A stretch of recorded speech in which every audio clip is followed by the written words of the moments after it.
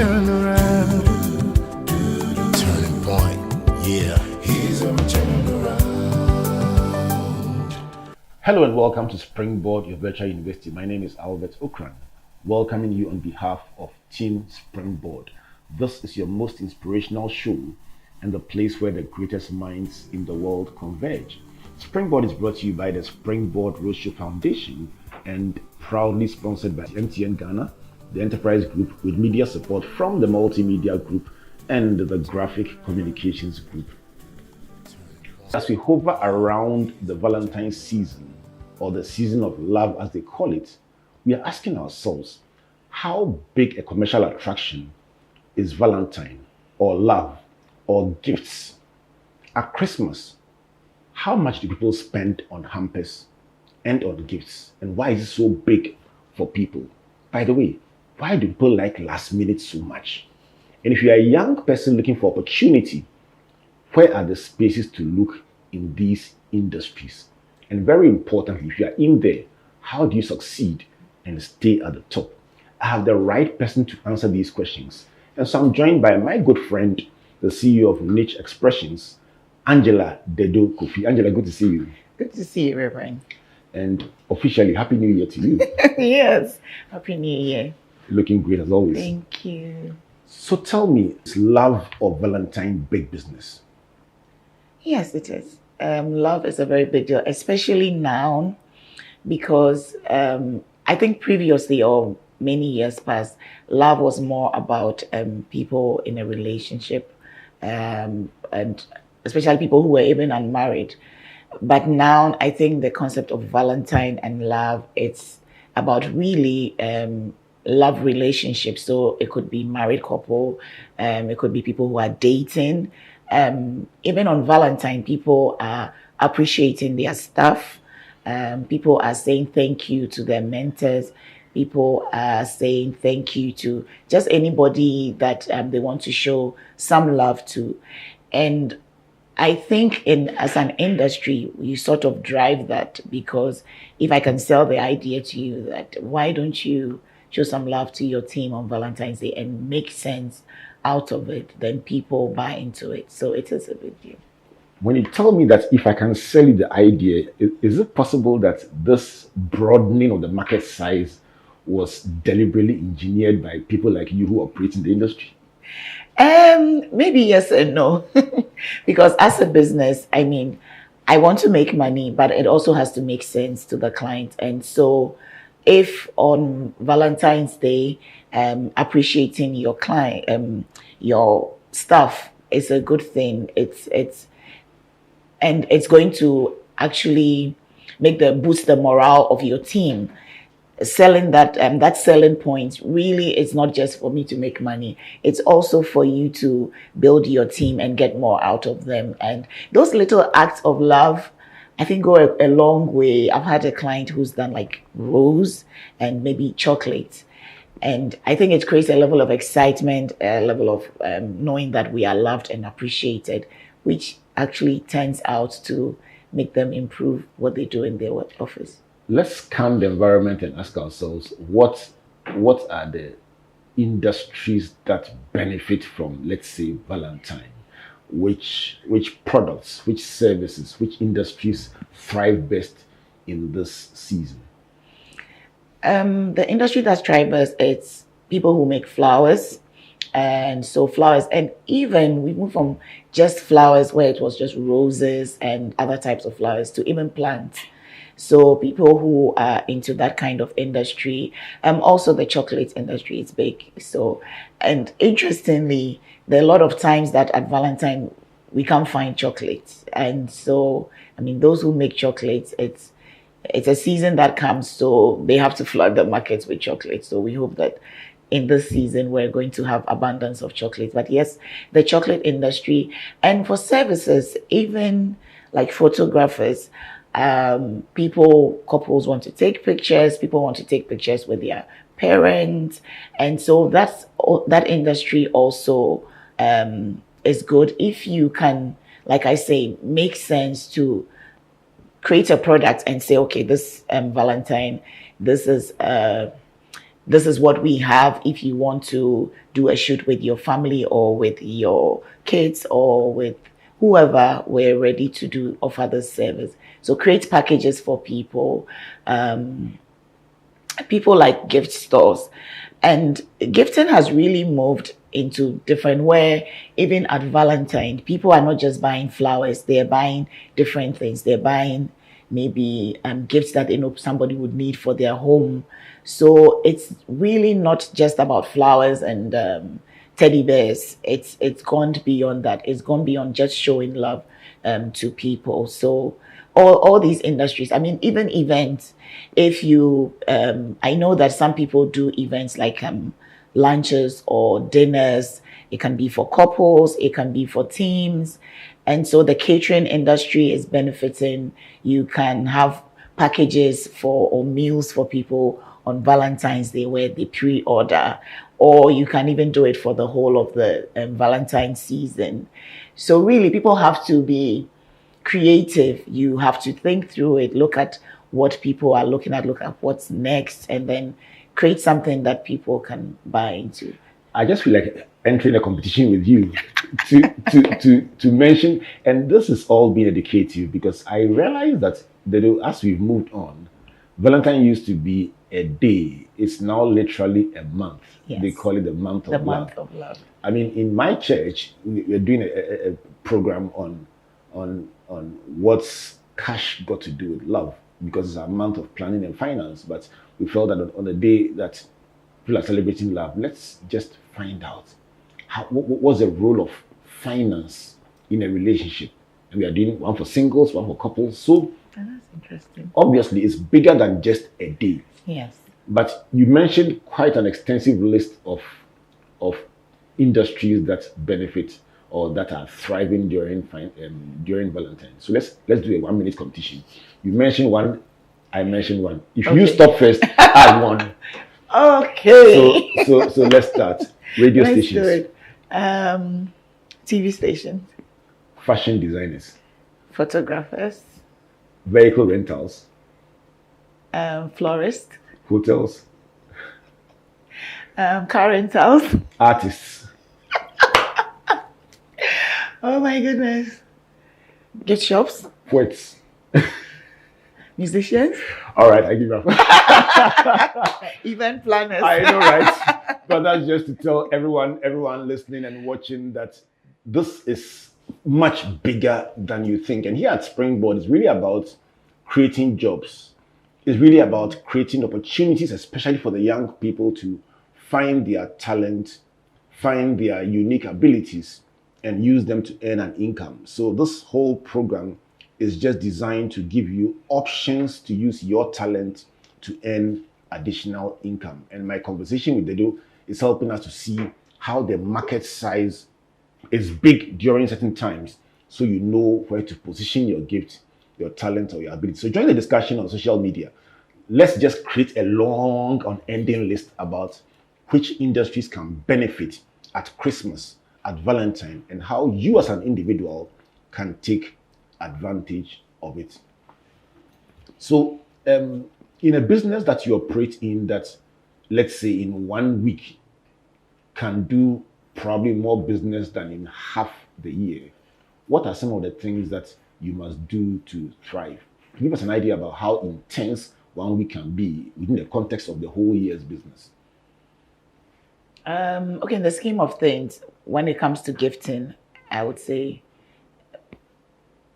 for example, Christmas, you have to be really ready, because, like you mentioned, the last minute customers will come in. And so stocking is a big deal when it comes to any gifting season, whether it's Valentine, it's Christmas. So you have to have stock, and then you have to have the ability to deliver. And that ability to deliver is in two parts. I would say one is having a team that can do the work so that you can deliver on time for the customers, and also being able to finance what because that's when you can do like larger orders. Because when it comes to especially corporate, sometimes you have to do the work before you get paid. But really, stocking all, especially for people who maybe you're just starting out, I always say that knowing where you can find what, and that's one advantage I find that I actually have, because I know where to get almost a lot of things. So if you came to me and you wanted several things and I didn't even have it in my store, I could source them out for you. So you have to know the market, know where you can find things, and then build relationships with the people who do these things, such that when you call on them, they can support you so you can also deliver. Because sometimes you may, if you've just started, you don't have the money to stock up and all of that, but you know where to find everything. You've done your market research, you know where you can buy flowers, where you can get chocolates, where you can get boxes and all of that. So as soon as you get the orders, you are able to put it together and then you deliver to your clients. But it means that you should have a lot of integrity so that over the years, when you build those relationships, you can run your business from home without having a store, without having anything, but then you can do it. I'm going to come to what we call the Instagram economy, but let me stay with the point you just made. It just sends me back to my operations management class, both in Lagos second year and also at my MBA level. But what you're saying just strikes me that what looks like a simple operation is not that simple after all. So there's the financing of the season and the capital you need to be able to respond. Yeah. You also are mentioning the staffing and the fact that there must be staff to be able to deliver in shop. Because I can imagine if I came to the shop and I bought and I have to wait for 30 minutes for them to wrap for me, I'll walk away. Mm-hmm. So you are saying that there must be staff. Doesn't mean sometimes hiring temporary or contract staff? Yes. Okay, so that's part of what you described. Yeah. Then you mentioned delivery. So for those who are ordering from somewhere, you must have a delivery arrangement. Yeah, we even forgot delivery businesses. Right. So they make money. The list is long, Paul. It's long. Okay. Then you also mentioned the fact that you must have sources of supply. Yes. Which means that you don't necessarily have to have all in stock. You can never have it, or especially with the growing appetite of people right now. So you can never really have every single item that people want. But you should know where everything that pertains to your industry can be found. Are there times when you've done all your pre-analysis and you say, this is my prediction, percentage of chocolates, percentage of flowers, then the teas and the coffees, and then the home items, and you've prepared accordingly. But maybe that day, that week, some celebrity went on radio and wore something, said something, and all of a sudden, you gave that thing 2%, but that thing is now 60%. Does it happen sometimes? One person just came and bought one item, and then suddenly that item is such a big thing. It happens. It happens a lot with flowers. Like we estimate a certain number, and it's also because people don't like to pre-order, or I don't know whether they like to be pushed or they wait for the very last minute. So you budget that, okay, this is the amount of flowers people are going to get, and then on the day you have more than that. I mean, I've actually had to sell my personal flowers. Wow. Before on Valentine's Day, because the client was like, I really need to take something home. And it was just the one there. Let's go to the items that are procured from outside the country. I'm told flowers, Kenya is a big source. So if the item is procured from Kenya and all that has been brought is consumed, and somebody called you and said, a client just brought me this type of flower, I would like 1,000 copies. What will happen? You have to give them alternatives or source from another supplier, because there are several florists, and so knowing them helps. And so if you can't find it from a particular florist, you can get it from someone else, or propose another type of flower or something else that could mean the same thing as the flowers. But you won't let the cash go? No. I'll keep trying. Yes. So because ultimately people want to make people happy. And so if you can find that thing that they believe would make the person happy, they would go for it. In the context of things, it also means that you need partner relationships with people who are literally like competitors? It's very, very important. It's very, very important. And it's an art that I think business people should really learn. I love to recommend people when I don't have things that my clients need. And I am okay to walk into another gift shop and then get things from them. Sometimes I literally buy stuff of other gift shops and then bring it into my space because I know that I have the clientele, I can reach them. So, especially when there's a young person who's just started, I'm happy to support them. So I tell them if you have something, bring it to me in this season of gifting because I know that I would be able to sell it to my clients. So it's really important the way we look at competition. We all have a space. The space is big enough for all of us, and so the people I know are clearly different from the people that you know and the people I serve, the area you serve in. And so if you can see competition as more collaboration and cooperation, it will work out well for everybody.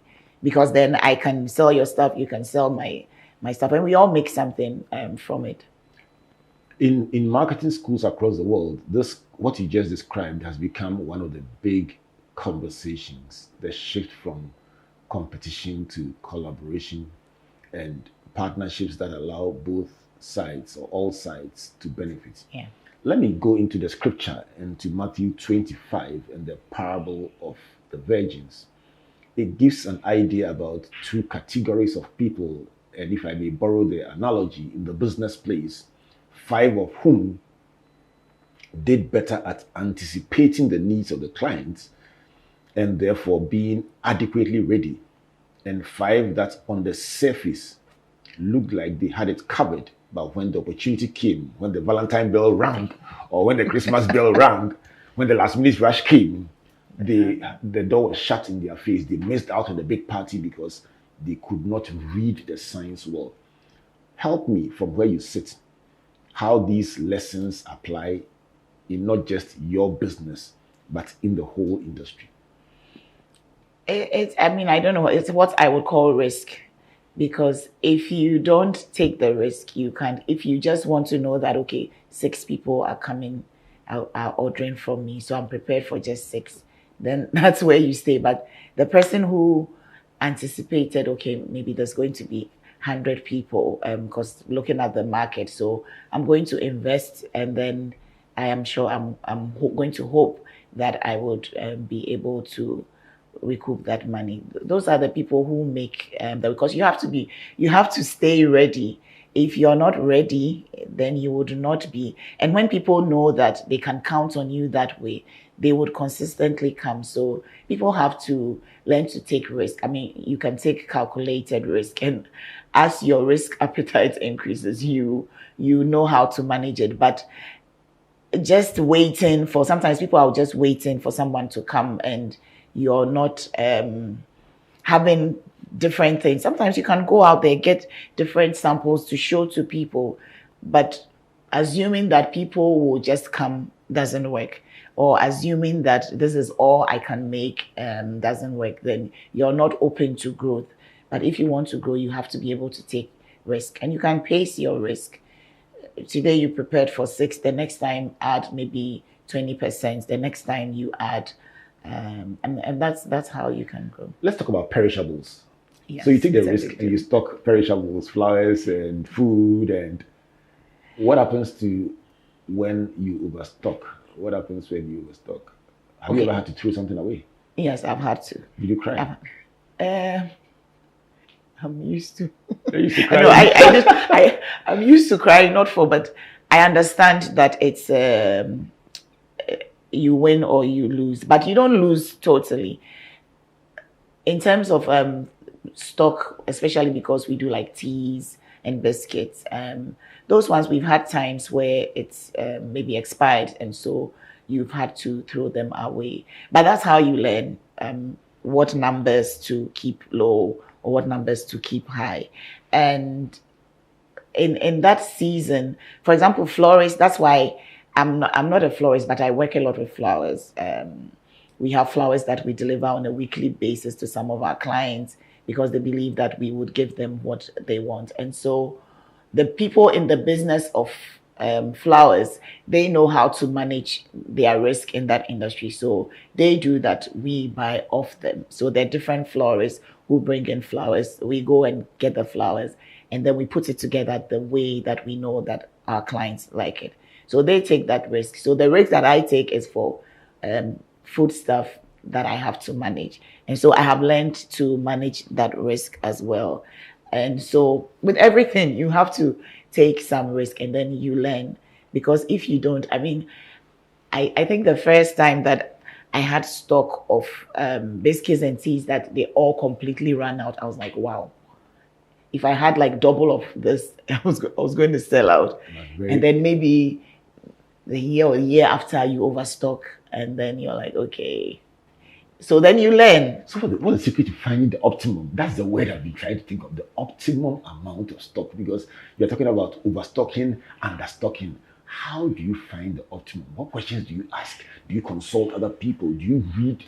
Okay, so I think more importantly, you look at maybe how you did the previous year. The historicals, okay. Yes, so how you did the previous year, and then definitely in the year ahead. And if you've done some good marketing, or if you've tried to get people, especially for the end of year season, depending on the kind of clients you've got, you have working clients, and then some clients, if say you are able to bid for a corporate job and they give you certain numbers, with that one, then you know that, okay, this is assured. So then that becomes top up on what you order.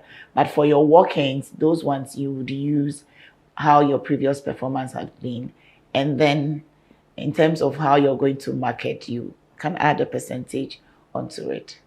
And then whilst you are selling, actually, you make sure that you engage your clients. It's also important, because if you leave people to just decide what they want, they may not get some of the things, but some of the items, if you know, okay, this biscuit is nice, try it, or the person would like it. So you have to actually active marketing in that on the shop season. floor. Do you have situations where the public sentiment suggests that this year things are not going well, people are not buying, and you follow that and you say, oh, this year is going to be a bad year, then suddenly, just the last day, you see, wasn't it the same people who were saying? Doesn't happen to you sometimes? I know, yes, it does. It does, especially for the end of year, because you don't have pre-orders. Everybody's saying the economy is bad and it's difficult. And then suddenly Traffic. the last 2 weeks in December is crazy. And I've personally come to, okay, that's the month. I mean, That's how you are. yes, that's how it's going to be. So we just have to stay ready for people. So luckily there are a lot of unperishable items, and so we can stock up on that. Yes, or more on that. And then, like I said, that's why the partnerships and corporations are very important. So if my perishables, I've managed to sell them off, I can get them from other people, which is something that I did in the past year. Let's go to client rejecting an order. Let's talk about the tough things that people go through and sometimes never recover. What happens when a client rejects an order? And to make it even worse, if it's an outsourced thing, you went to outsource from somewhere and the client you gave it to has rejected it, what do you do? It actually depends on why they're rejecting it. But if they rejected it and you have to actually take it back, there's not much that you can do. You have to count your loss and look at how you can manage that same situation better. But it's really for a client to reject a job, especially if it's like a gift, it could either be because you have put something in they didn't like or they didn't ask for. So it's very important to be careful how the kind of things you put in your client's hamper. It shouldn't be things that are close to expiring or expired. You have to really check, especially if you're buying from somewhere else, make sure that the expiry dates are good and all of that. So client rejection comes with any kind of business. And so if that happens to you, So on hindsight, now you learn to maybe do a sample for the clients, especially a large order. Do a sample for them to look at. They are happy, or you put it together, send a picture before you go, and then do the total order. So you are not rejected. So you learn on the Lesson job. 1, lesson 2, and lesson 3 of how to stay out of jail in the gifts business. If you just joined us, this is a conversation about the business of love. So while everyone talks about Valentine and love, love, love, my guest for today, Angela Dedofi, CEO of Niche Expressions, is helping us to understand the business of it. How to come in, how to stay in, and how to keep rising. And she's talking about some operations management tips that you may find helpful if you operate in these spaces. How to stock, how to build partnerships, how to cross-sell, how to anticipate the balance between overstocking and understocking. And then very importantly, she just slipped in the moments of uncertainty, shifting gradually towards non-perishables to stay alive. Even though the shop is full, the number of perishables has reduced. All these are conversations that I would like you to have as you think about your own self, what you are doing, and how you can optimize the opportunity in this season. Let me go for a break, allow the day to catch her breath. When I come back, let me find out about her own story. A very interesting story about a disappointed architect. We'll find out about that one. And then find out about the story of her life and how she got into this business. This is Springboard Virtual University, brought to you by the Springboard Virtual Foundation and proudly sponsored by MTN Ghana and the Enterprise Group, with media support from the Multimedia Group and the Graphic Communications Group. Enterprise, your advantage. Let me give you the enterprise tip for the day, coming from their transitions business. So they say, what do you do if you lose a loved one at home? It's a question many people ask, or a situation many people find themselves in and get overwhelmed.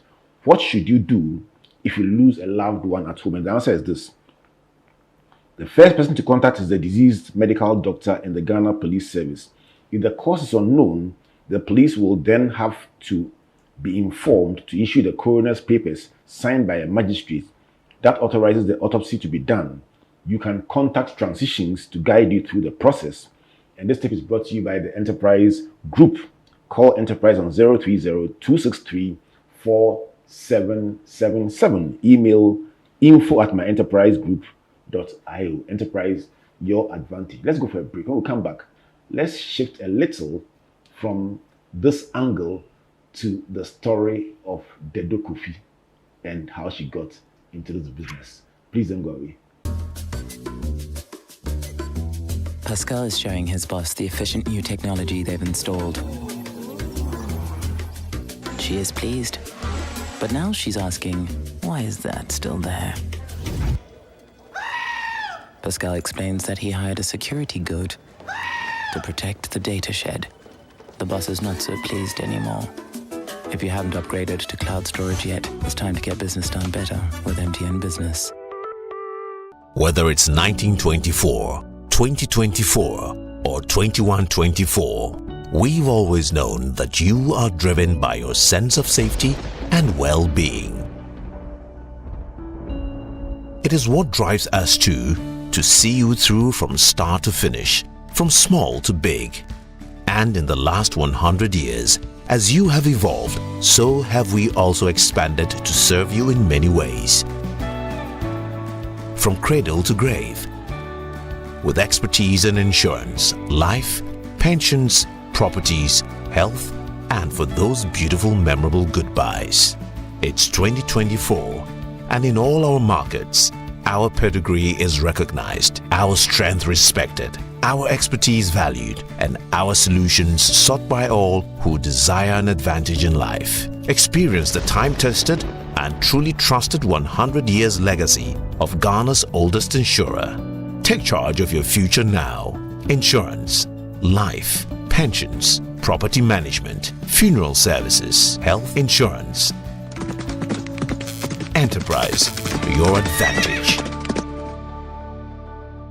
Welcome back to Springboard, your virtual university, and to this conversation about the business of love. Springboard is brought to you by the Springboard Ratio Foundation and proudly sponsored by MTN Group and the Enterprise Group with media support from the Multimedia Group and our friends at Graphic. So, we've been exploring the critical success factors to operate in the business of love, the business of gifts. And my guest has been helping us to understand what to do and what not to do to stay relevant in the space. Angela Dedofi. Angela, thanks for the thoughts you've been canvassing so far. Which point is on your mind very strongly from what we shared earlier on? I think the fact that people in the industry should be more collaborative, cooperate with each other. I think that would help the industry. Well, if you didn't hear it from the first part, that's a lesson that you should live with, that people should collaborate more rather than break each other's neck. I mean, it's called the blue ocean rather than the red ocean. Don't break each other's neck to make money. You can work together and succeed together. That's Angela's idea. There's enough space for all of us to make it. Angela, let's talk about how you got into this in the first place. You call yourself a disappointed architect. Why do you try to do architecture? Well, I really wanted to do that. Why? Because I wanted to. I thought my dad was an architect, and I wanted to do the same.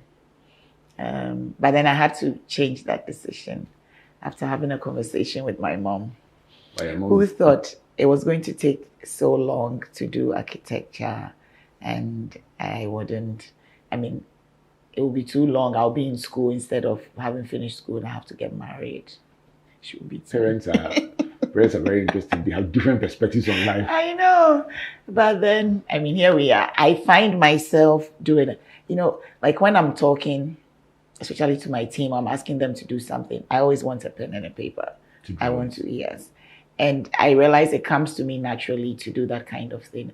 I'm still in the space where I get to do something architectural, especially because of the interior design that we do. And so what did you end up doing? Well, I did economics and geography in Legon. There's a little overlap. A little. I did economics myself. I don't know. I did geography at A level, so there's some overlap. I Legon, okay. So what happened next?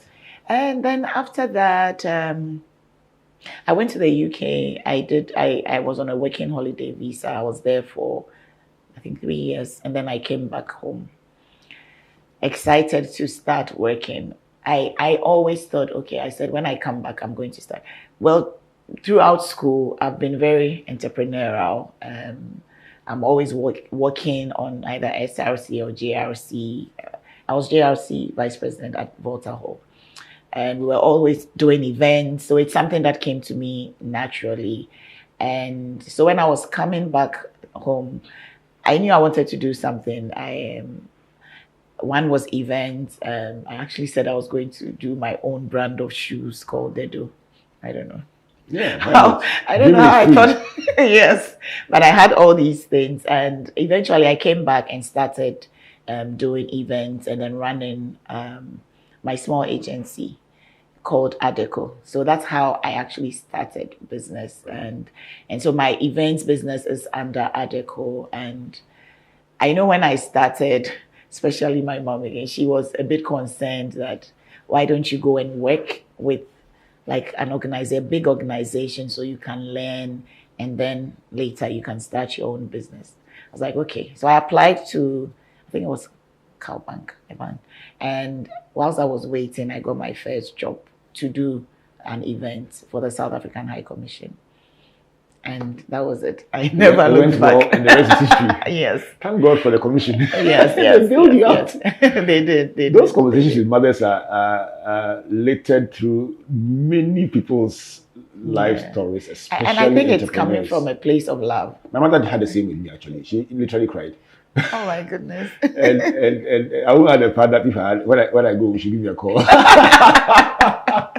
But she genuinely thought it was out of a place of disappointment. She prayed that my father's ghost will resurrect and help me find a job. But later, when she found out what I was doing was bearing fruit, she became the first ambassador, the first advertiser, and the first. She became so proud of it. But I can understand what you see. It's from that place of they love you and they want you to do well. So you went on to do that job, Yes, that I first did event. it, and then by then I hadn't even registered my company, so I used a friend's company to do my invoicing and everything. They paid him, and then he gave me the money. And then you started something. Yes, and then I did. So, as an entrepreneur, how many different ideas have you tried? How many things have you tried? I won't tell you mine. Let's listen to yours. How many things have I tried? So I mean, with Adeco, we were doing marketing and advertising and the events, and so along the line, I decided to do niche. That's the gift store, because I realized that it was difficult for people to find gifts that how do I call it? The general gift stores that I saw were just cards, teddy bears, and some mugs. But I wanted people to have more options, because if I wanted to say thank you to my mentor, it was difficult to find something that I think was befitting. And so that's how that whole idea of starting a gifting business came about. And then I added my passion of loving home goods to it. And interestingly, it became things that people actually buy as gifts, like the home goods, decorative pieces. But in terms of things that I've tried, that I think it's in the things that I was buying. So I was buying things that I personally really liked or I thought was beautiful, and they would sit on the shelves forever. Nobody would be getting them. I mean, I know I had some things that I bought. They were, I think, some type of interesting key rings. I bought so many because I was like, wow, this is so beautiful. Everyone is going to buy it. I think after 6 or 7 or 8 years, I had to discard a lot of them. So what was the lesson in that? It's that I don't have to buy for myself. I'm buying for people. And I used to shop for the business like that a lot. I'm looking at this, I'm like, who's going to buy this? Because I personally didn't like it. So I had to learn to understand that people have different tastes. I remember a piece that I bought. I was like, this piece, I mean, the supplier made an error and gave me the wrong thing. They didn't give me what I chose. When we unwrapped the items that came, it was the first thing that went. Because I was like, who in this world is going to buy this? And yes, that's the one. And yes, that was the first thing and so that was like a true life lesson. I was like, okay. And there's something wrong with your eyes. Yeah, there are people who like what I like. So I've come to it. There are people who like what I like, more antique style, and then I would infuse it with modern style. But not everybody is like that. People like certain kinds of things that I personally don't like. So not what you like. I know it is. So I've really learned that it's not just about me, or it's really not about me. It's about the people that I'm serving. So let me ask you, because when I come to your shop, you are selling everything with enthusiasm. Mm-hmm. You really sell like your life depends on it. So let me ask you, secret. How do you sell something that you don't like? Because I know you like it, I put myself in your shoes. So I shouldn't believe you when you... No. Breaking news. Now we know that when you go to the shop, don't believe what you are told. The person is selling to you, not to themselves. But sometimes I'm very honest with clients. Like, between these two, this is my preference. But I know people also like this one because of A, B, C, and D. So I learn about the reason why somebody likes something else. It's because of this, so that I can communicate that to my clients. Communication. Yeah. So not necessarily that you like it, but it will look good on you. Yes. That's a good and it's lesson. Your personal preference. Yes. That's a good lesson. You mentioned mentors. If you want to give a gift to your mentors, is there a mentor in your life or mentors in your life who have contributed to your journey and helped you to get here? Celebrate somebody. Oh wow. I'll probably get into trouble. But you leave some out and try at least. It's better to give a few than none at all.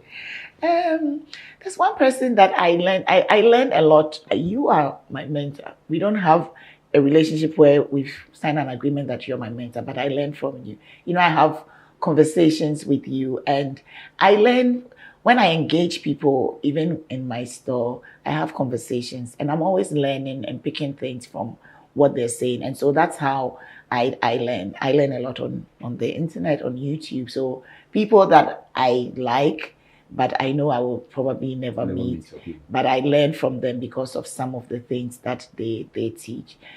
I think growing up, there's one person that I actually saw working that inspired me a lot. His name is Nana Enchidakwa. He's known as Pakas. But I just watched him, the way he worked, and he did different things. I don't know if that's what's rubbed off me, but he was involved in different things. And I sort of really admired it. And to see one man doing all sorts of things, and he had an office with people. Then I was in university. It was my mom's friend. And so I really learned a lot just by watching Nana. And so that inspired me. Was it also the multitasking that rubbed off you? I think it was the multitasking and how I thought he did it so effortlessly.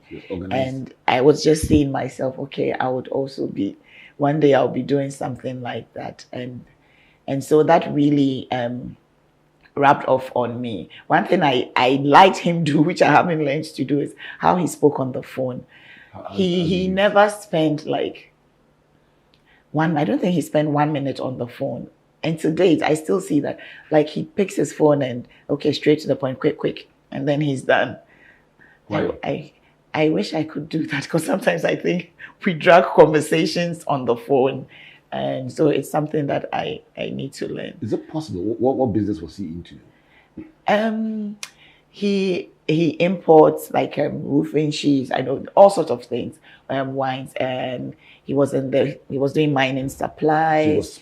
Is it possible that his business was the kind that you cut it straight to the chase, and yours is the kind that through the conversation the person could start by saying, I'm ordering 1 carton of this, and then through the conversation maybe you may also want to add this, and then you just mentioned this, and they end up ordering about 20 different things. Actually, you're right. You're right. It's true. But then in terms of, I feel sometimes, not as in business, like having conversations where you have to ask someone to do something, or it tends to drag, and then it takes your time, because there's no time. So, but then somebody mentioned the difference in the cultural. The person had worked in the US, in South Africa, and in Ghana. And the person was saying South Africa is so straight to the point in these conversations. In Ghana, you just can't do that. It almost sounds rude. Yes. You have to warm it up and then break it down before you get to the point. Interesting. If you just joined us, this is a conversation with Angela Dedofi, the CEO of Niche Expressions. They are in One Airport Square. If a day before Christmas, or the week to Christmas, or the week to Valentine, you see many cars branching there. That's why they are going. There's so much action there, and you represent the entrepreneurial spirit of women that is very admirable. And if someone saw you at your work, it's just magical the way you do what you do. And I'm sure that it's something I would like to do a video of you in your elements in your shop, with people coming in, young, old, male, female, and corporate, personal, and just how you get things done. And we should do a video of it and showcase as a documentary. So the lessons we are learning are first about the critical success factors of the gifts and love business, and then getting into the nitty-gritties of how a disappointed architect is finding architecture in gifts and other businesses, and consoling herself that it doesn't have to be traditional architecture. Yeah. She really is designing and building things in her own little way. Let's talk about disappointments. I feel that every story has the angles to it that is not nice, so that young person listening won't say, if I had this life, I won't complain that. Has it always been good? It's not. It's never always been good. But I think what keeps, because there's so many points in my career or in building a business where I could have given up or I could have stopped. But the fact that I never stopped and I kept going is what has sustained me. Tell us about one of them. For example, because my advertising business, that's what I was doing. We were working for. We had like clients like banks, etc. But there was a period where some of the banks had issues. So, and then advertising also, because of social media, it wasn't such a big deal. And so, if you didn't have big clients like MTN, there was not much that you were doing. So that side of the business sort of went really down, but I still had a team that I had to pay, and trying to figure out, so what am I really doing? What do we do? And then I hadn't given a lot of focus to the gifting side, that is the retail. And I think it was at that moment I decided, okay, let me put in some more effort there. Let me look at how I can build that up. But I didn't give up on the advertising and marketing. We were still running. And it's always in finding the silver lining in what you're doing. Because when things go wrong, you learn, and you learn how to do you lose some better. stuff? Sorry? Do you have to let some stuff go? Interestingly, I didn't let stuff go because people left, and I let them go. But I didn't lay people off because we didn't have work. I'm sure it was a bit emotional at some points. Yes, it is. It is. In those dark moments, where do you find strength? I find strength in the fact that the person who called me to be he's going to see me through, and I find that I'm very resilient, and it's not like I try. Who called you? God. So you find, how big is faith in the construct of your life? It's huge. It's everything. I always say that the confidence I have to do what I do, it all comes from the learnings I got as a young person, listening to Dr. Otabel. Those things build up my strength. Those things build up my muscle in believing in who I was, because I don't think that in growing up, I felt like I didn't really know what to believe in terms of who I was, that I'm worth something, but then when I understood who I was as a Christian, as a child of God, and the fact that there is so much in me, it's up to me to believe in that and to be able to become.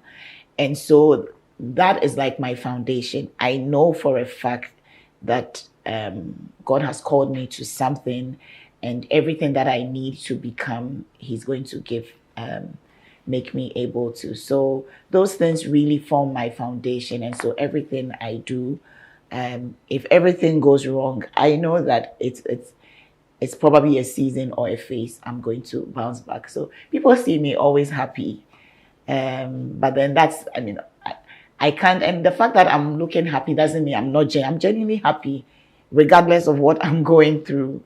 I've gone through a phase where I know that was the end, but I know not everybody could see it. And it's really strange. Like, those are the times you get that one call from a company to say, okay, can you do this for us? Or you get people saying, oh, you have it all, you're doing so well. I'm like, you don't know. If only you knew. There's no money in the account.